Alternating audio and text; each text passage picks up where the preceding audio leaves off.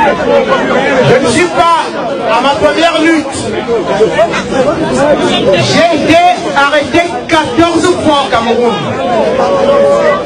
J'ai été condamné pour outrage à chef de l'État, commentaire tendancieux, appel à la rébellion et appel à la sédition. J'ai été emprisonné à Kondengi, dans le quartier qu'on appelle Kosovo. C'est-à-dire que le seul endroit à Kondengi qui a 13 quartiers où on envoie les psychopathes et les gens condamnés à plus de 30 ans de prison. Dans ma cellule, j'étais la 48e personne dans une cellule de 4 mètres sur 5. Dans mon quartier, il y avait 1300. Il m'a dit, monsieur, sachez que on ne peut pas blaguer avec un État parce que nous pouvons vous réduire comme ça. De surcroît, monsieur, vous êtes quelqu'un qui est du même département que moi. J'ai dit à monsieur Jean-Marie Atarmebara, le pouvoir que vous avez, c'est juste devant moi, mais sachez que c'est Dieu seul qui m'a donné ce souffle. Et quand je suis entré ici, je savais que je défends ce que la Bible me recommande, c'est-à-dire il faut être du côté de la victime et non du côté du bourreau. Il m'a dit, est-ce moi le bourreau? Je lui ai dit, prenez ça comme vous voulez. Et il m'a dit, dans ce cas, vous voulez retourner en prison? Je lui ai dit, monsieur Atarmebara, peut-être un jour, vous irez me remplacer là-bas. Je salue en direct monsieur Jean-Marie Atarmebara, qui se trouve actuellement au quartier 13, à Kondengi, ami intime de Paul Biya. Cet exemple que je prends prouve également que tous ceux qui sont des pensionnaires aujourd'hui, qui se croient d'un absolutisme indestructible, qui se prennent comme des pharaons. Et quand je vois le chercheur voyou d'Atangandi, l'homme sauvageon inculte des barbares contemporains, c'est comme du Néandertal et toute cette clique qui nous maltraite. Mesdames et messieurs, nous sommes le peuple. Et quand on est du côté de la vérité, quand on est du côté de la justice, on prie, on ne rompt pas. C'est un petit groupe ou un groupuscule, un conglomérat de Burkinabés qui s'est levé à constituer ce qu'on appelait le balai citoyen. Comparé était tout puissant et il rigolait. Le balai citoyen l'a balayé. C'est un petit groupuscule de gens qui s'est levé, qui a dit Moubarak, on en a assez. Il a tué, mais Moubarak a fini par s'écrouler.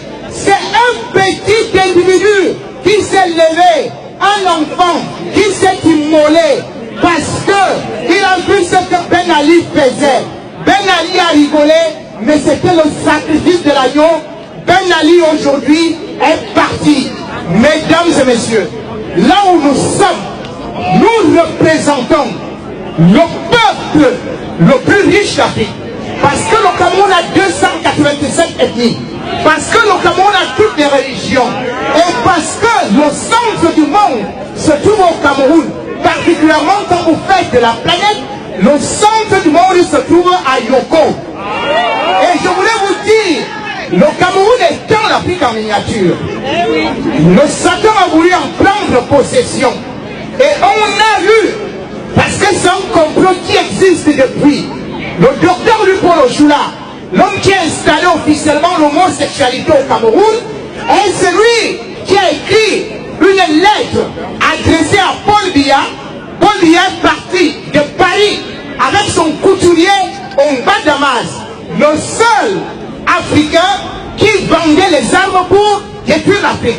Ils sont partis, ils ont été installés par la France, raison pour laquelle, quand nous sommes ici, Macron sait que lui, bien que ne voulant recevoir Paul Biya au départ, les lobbies sont venus lui dire, sachez que c'est notre président Choforon là-bas, c'est notre roi Télé, ce n'est pas Ouattara, ce n'est pas Macky Sall, ce n'est pas tout ce que vous voyez là. Le vrai représentant de la France, de ce qu'on peut appeler le colonialisme, de l'impérialisme en Afrique, s'appelle Paul Biya. Il est le seul qui n'a jamais été poursuivi pour les biens mal acquis. Il est le seul à détenir les grands châteaux en France et qui n'a jamais été poursuivi. Il est le seul à avoir son fils qui loge à Monaco, n'a jamais été poursuivi. Il est le seul chef d'État à n'avoir jamais parlé contre le franc CFA. Il est le seul chef d'État au monde à dire qu'il était le meilleur élève de la France. Et pourtant, quand Paul Biya prenait le pouvoir, Macron avait 4 ans et 9 mois.